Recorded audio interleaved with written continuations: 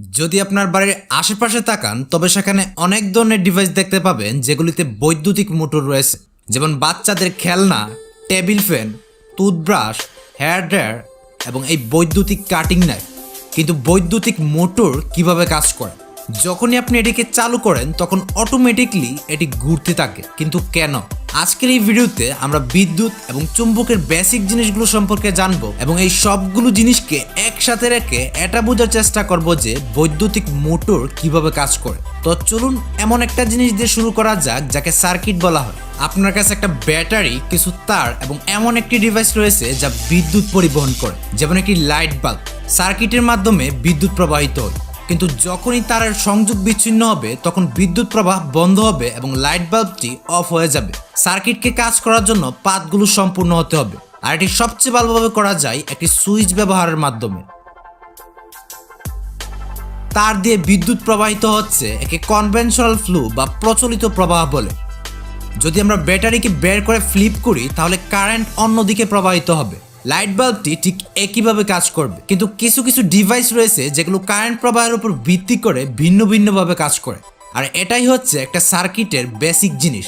এখন একটু এদিকে আসা যাক। এটা হচ্ছে একটা চুম্বক যার দুইটি দিক রয়েছে, একটি হচ্ছে উত্তর মেরু এবং অন্যটি দক্ষিণ মেরু, এবং এটি পেপার ক্লিপের মতো অন্যান্য ধাতব জিনিসগুলোকে আকর্ষণ করতে পছন্দ করে।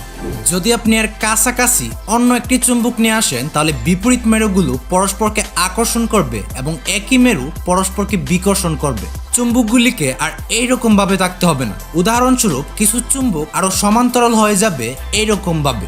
এই চুম্বকটিকে আপনি সবসময় চালু মনে করতে পারেন, এটি সবসময় কাজ করছে, আর এই জন্য মাঝে মাঝে এটিকে স্থায়ী চুম্বক বলা হয়। এটি একই দিকে সারিবদ্ধ যে কোনো একটি ছোট চুম্বক ডোমেইন দ্বারা গঠিত। কিন্তু আমি আপনাকে পরে এক ধরনের চুম্বক দেখাবো যেখানে সবসময় একই ঘটনা ঘটে না। এখন একটি স্থায়ী চুম্বক নিয়ে মাঝখানে ছিদ্র করি এবং এর মাঝে এমন কিছু রেখে দেই যা এটিকে ঘুরতে সাহায্য করে। এখন এর কাছাকাছি আরও একটি চুম্বক নিয়ে আসি। আমাদের ঘূর্ণন চুম্বকটি ইমিডিয়েটলি সারিবদ্ধ হবে যতক্ষণ না বিপরীত মেরু একে অপরের ঠিক পাশাপাশি হবে। এখন পাশের চুম্বকটিতে সুইচ করা যাক। একই মেরু বিকর্ষণ করবে এবং বিপরীত মেরু পরস্পরকে আকর্ষণ করবে। যদি আমরা এই সাইড ম্যাগনেটগুলিকে সুইচ করতে থাকি তবে আমাদের ঘূর্ণায়মান চুম্বকটি কেবল ঘুরতে থাকবে। ঘূর্ণায়মান চুম্বকের এই ধারণাটি খুবই গুরুত্বপূর্ণ। কিছুক্ষণের মধ্যে আমরা এটিতে ফিরে আসব। এটা হচ্ছে একটা ধাতব বোল্ট যা চুম্বক নয়, একটি চুম্বকের ডোমেইন দ্বারা গঠিত, কিন্তু তারা এলোমেলো দিক নির্দেশ করছে। এখন একটি তার নিয়ে এটিকে বেশ কয়েকবার মুড়িয়ে একটি সার্কিট তৈরি করা যাক। বিদ্যুৎগুলো তারের মাধ্যমে চুম্বকীয় ডোমেইনগুলোকে লাইন আপ করতে বাধ্য করে। তার মানে হচ্ছে আমরা একটা চুম্বক তৈরি করেছি, অথবা যদি নির্দিষ্টভাবে বলা হয় একটা ইলেকট্রোম্যাগনেট। এটা একই জিনিস করতে পারে যা একটা স্থায়ী চুম্বক করতে পারে। এটি ধাতুর টুকরো হতে পারে এবং এর উত্তর মেরু এবং দক্ষিণ মেরু রয়েছে যা অন্যান্য চুম্বকগুলোকে আকর্ষণ করবে অথবা পরস্পরকে বিকর্ষণ করবে। কিন্তু বিশেষ অর্থে ইলেকট্রোম্যাগনেট একটি লাইট বাল্বের মতোই চালু বা বন্ধ করা যায়। এই জিনিসটি আপনি একটা স্থায়ী চুম্বকের সাথে করতে পারবেন না। এখন দেখে নেওয়া যাক কি হবে যখন আমরা ব্যাটারি ফ্লিপ করে দিব।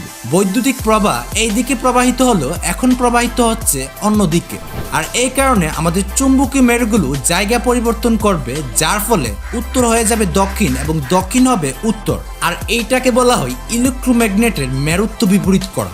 ব্যাটারি ফ্লিপ করার পরিবর্তে এই কাজটি করার একটি সহজ উপায় হচ্ছে কেবল তারগুলো পরিবর্তন করা। আপনার সচেতন হতে হবে, যদি ইলেকট্রোম্যাগনেটটি কিছুক্ষণ চালু থাকে তাহলে খুব গরম হয়ে যাবে। এই ভিডিওটি কোনো সায়েন্স প্রজেক্টে দেখানো হলে এটি একটি সতর্ক বার্তা। আমাদেরকে ঘূর্ণায়মান চুম্বকের দিকে ফিরে আসা যাক। এখন আমরা ঘূর্ণায়মান চুম্বকটিতে আমাদের ইলেকট্রোম্যাগনেট দিয়ে রিপ্লেস করব। যত তাড়াতাড়ি আমরা তারগুলিকে সংযুক্ত করব, চুম্বকটি চালু হয়ে পাশের চুম্বকের সাথে সারিবদ্ধ হবে। এখন বাস্তবে তারের এই সংযোগ বলটুকে অবাধে ঘুরতে বাধা দেবে, কিন্তু এখানে যেটা গুরুত্বপূর্ণ তা হলো ঘূর্ণায়মান ইলেকট্রোম্যাগনেটের ধারণা। এখন ইলেকট্রোম্যাগনেটের মেরুগুলোকে বিপরীত করার জন্য তারগুলো পরিবর্তন করা যাক। একই মেরু বিকর্ষণ করে এবং বিপরীত মেরু আকর্ষণ করে। এখন পোলারিটিকে আবার বিপরীত করা যাক। একই মেরু বিকর্ষণ করে এবং বিপরীত মেরু আকর্ষণ করে। আমরা যদি পোলারিটি পরিবর্তন করতে থাকি তবে আমাদের ইলেকট্রোম্যাগনেট কেবল ঘুরতে থাকবে। এটিকে শক্তিশালী করতে এর পাশে আরেকটি স্থায়ী চুম্বক আনা যাক। এখন লক্ষ্য করা যাক কিভাবে এই পাশের দক্ষিণ মেরু কেন্দ্রের দিকে এবং এই পাশের উত্তর মেরু কেন্দ্রের দিকে রয়েছে। মাঝখানের এটিকে ঘোরানোর জন্য চুম্বকগুলি পাশাপাশি একসাথে কাজ করে, আর এই জিনিসগুলো একটি বৈদ্যুতিক মোটরের বেসিক জিনিসগুলো প্রদর্শন করে। তবে আমাদেরকে এখানে কিছু পরিবর্তন আনতে হবে। দুই পাশের চুম্বকগুলো শক্তিশালী বাঁকা চুম্বক দিয়ে রিপ্লেস করা যেতে পারে, এবং তারের সাথে বুল্টের পরিবর্তে আমরা একটি ধাতব লুপ ব্যবহার করব, যাকে আর্মেচার বলা হয়। তারগুলোকে সংযোগ দেওয়ার মাধ্যমে আমাদের কাছে আবারও একটি সার্কিট থাকবে। এখন ইলেকট্রোম্যাগনেটটিকে আপনি সমতল ভাবতে পারেন এবং দক্ষিণ মেরুটি উপরের দিক নির্দেশ করছে। এখন আর্মেচারটি ঘুরতে থাকবে যতক্ষণ না বিপরীত মেরুটি সারিবদ্ধ হবে। আমরা এটিকে ঘূর্ণায়মান অবস্থায় রাখতে পারি ঠিক আগের মতো তারের পরিবর্তন করে, কিন্তু এখানে বসে ম্যানুয়ালি এই তারগুলো বদলাতে অনেক কাজ করতে হবে। আর্মেচারে আমাদেরকে কিছু যোগ করতে হবে, যাকে কমিউটেটর বলা হয়। এটি একটি রিং যার বিপরীত দিকে ফাঁকা রয়েছে। কমিউটেটর আর্মেচারের সাথে একইভাবে ঘুরবে। এখন আমরা সার্কিটটিকে পাশাপাশি দুটি ব্রাশ দিয়ে কানেক্ট করব। এখন এই ব্রাশগুলি কমিউটেটর ঘোরার সাথে সাথে স্লাইড করবে। এখানে একটি স্প্রিং লুট করা থাকে যাতে তারা সবসময় যোগাযোগ করতে পারে। তার থেকে কারেন্ট প্রবাহিত হয় brush, commutator ring, armature loop এবং পিছনের দিকে অন্য পাশ দিয়ে। এখন আমাদের ইলেকট্রোম্যাগনেট এবং আর্মেচার স্পিন আছে। যখন আমরা এই দিকে আসি, ব্রাশগুলি কমিউটেটর রিং এর অন্যদিকে যোগাযোগ সুইচ করবে, এবং মনে রাখবেন এখানে দুটি ব্রাশ আছে যাতে এটা উভয় দিকে ঘটে। সুইচের আগে আর্মেচারে কারেন্ট প্রবাহিত হয় এইভাবে। ব্রাশগুলি সাইড পাল্টানোর পরে কারেন্ট অন্যদিকে প্রবাহিত হবে। এর মানে হচ্ছে ইলেকট্রোম্যাগনেট পোলারিটি পরিবর্তন করবে, যার ফলে আর্মেচার ঘুরতে থাকবে। এই কমিউটেটর রিংটি তারগুলি পরিবর্তন করার মতো একইভাবে কাজ করে যেমনটি আমরা আগে করেছিলাম, কিন্তু এইবার সবকিছু এটি নিজে নিজেই করবে। যতক্ষণ পর্যন্ত আমরা এটিকে ব্যাটারির সাথে কানেক্ট করব, ততক্ষণ এটি কন্টিনিউয়াসলি ঘুরতে থাকবে। ব্যাটারির সংযোগ বিচ্ছিন্ন করলে আর ইলেকট্রোম্যাগনেট থাকবে না এবং ঘূর্ণন বন্ধ হয়ে যাবে। এখন পর্যন্ত আমরা আর্মেচারে শুধুমাত্র একটি লুপ ব্যবহার করেছি, যার ফলে আমাদের মোটরের গতি অনিয়মিত হবে এবং প্রকৃতপক্ষে আমরা কমিউটেটর সেগমেন্টের মধ্যে অর্ধেক পথ ব্রাশের সাথে এই অবস্থানে আটকে যেতে পারি। এখন আমরা যা করতে পারি তা হচ্ছে কমিউটেটর রিংটিকে বিভক্ত করা এবং তারপরে অন্য একটি লুপ যোগ করা। তাই প্রথমে ব্রাশগুলো এই কমিউটেটর সেগমেন্টগুলির সাথে যোগাযোগ করে যা এই নির্বাচিত চুম্বকটিকে চালু করে, যার ফলে এটি ঘুরতে শুরু করে। আমরা এখানে পৌঁছানোর পর ব্রাশগুলি যোগাযোগ পরিবর্তন করে কমিউটেটর সেগমেন্টের পরবর্তী জোড়ায়, যার মানে হচ্ছে এই লুপটি বন্ধ হয়ে যায় এবং পরবর্তী লুপটি চালু হয়।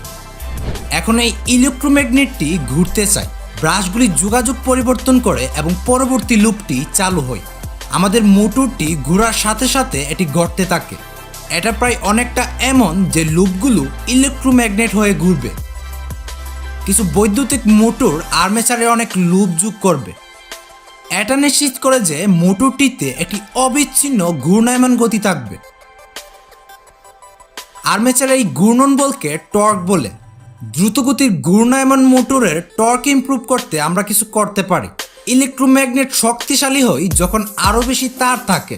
এটা সত্য যখন আমরা ধাতব বুল্টের চারপাশে আরও বেশি তার সংযুক্ত করব, এবং এটিও সত্য যখন আমাদের প্রতিটি আর্মেচার লুপ অনেকগুলি তার দিয়ে তৈরি। মোটরটিতে আরও শক্তিশালী ইলেকট্রোম্যাগনেট থাকবে, যার মানে এটি আরও দ্রুত গতিতে ঘুরতে পারবে। যদি আপনি রিয়াল ইলেকট্রিক মোটরের কিছু ছবি দেখেন, এর ভিতরে আপনি প্রচুর পরিমাণে তার মোড়ানো দেখতে পাবেন, এবং যার কারণ হচ্ছে এটাই, মোটরের ভিতরে অনেক বেশি তার মোড়ানো মানে শক্তিশালী ইলেকট্রোম্যাগনেট। এটাকে শক্তিশালী করার আরেকটি উপায় হচ্ছে আরও বেশি বিদ্যুৎ ব্যবহার করা। তো চলুন এখানে আরও কিছু জিনিস শেখা যাক। যে অংশটি নড়াচড়া করে না তাকে স্টেটর বলে। এই ক্ষেত্রে এটি হচ্ছে পাশের দুটি স্থায়ী চুম্বক, আর এটা ফিট হয় মোটর কেসের ভিতরের প্রান্তে। মাঝখানের আর্মেচারটিকে রটারও বলা হয়। মনে রাখবেন যে এই অংশটি ঘুরতে থাকে। এক্সেলটি এখানে মাঝখান দিয়ে যায় এবং মোটরের পিছন দিকে আটকে থাকে। আজকের এই ভিডিওতে যা কিছু দেখানো হয়েছে তাকে ডিসি মোটর বলা হয়।